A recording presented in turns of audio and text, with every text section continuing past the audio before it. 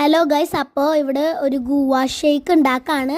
അതിനായി ഗൂവ പീസായിട്ട് അരിഞ്ഞ് ഇടുക. അത് എന്നിട്ട് വെള്ളം ഒഴിക്കുക. പിന്നെ പാൽപ്പൊടിയാണ് ഇവിടെ യൂസ് ചെയ്യുന്നത്. നിങ്ങളുടെ കയ്യിൽ പാലുണ്ടെങ്കിൽ അതിടുക, വെള്ളം ഒഴിക്കേണ്ട ആവശ്യമില്ല.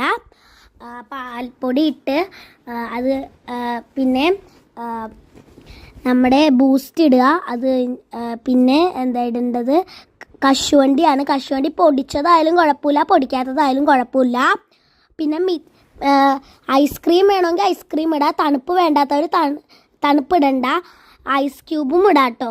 ഐസ് ക്യൂബ് ഇടണ്ട, വേണമെന്നുള്ളവർ മാത്രം. പിന്നെ ഐസ്ക്രീം ഇട്ട് മിക്സിയിൽ നന്നായിട്ട് അടിച്ചു കൊടുക്കാം. പഞ്ചാര വേണമെങ്കിൽ പഞ്ചാര നിങ്ങൾക്ക് ആഡ് ചെയ്യാം കേട്ടോ.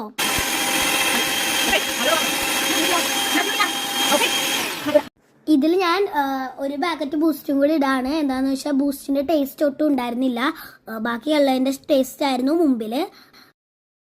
അത് കഴിഞ്ഞ് നമ്മുടെ അടിപൊളി പേരക്ക ഷേക്ക് ഇവിടെ റെഡിയായി.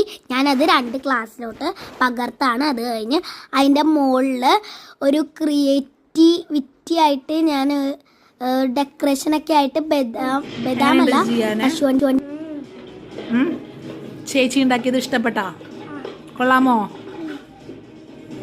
അപ്പോൾ നമുക്കിത് ഇനി അപ്പയ്ക്കും രാജേഷങ്ങൾക്കും ടേസ്റ്റ് ചെയ്യാൻ കൊടുക്കാം. രാജേഷങ്ങൾ കുടിച്ചു നോക്കി, അപ്പം അടിപൊളിയാണ്, നല്ല ടേസ്റ്റ്.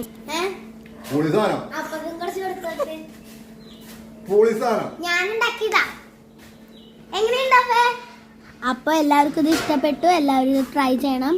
നിങ്ങളുടെ ഹോമിൽ എന്തായാലും എല്ലാവർക്കും ഇഷ്ടപ്പെടും. ബൈ.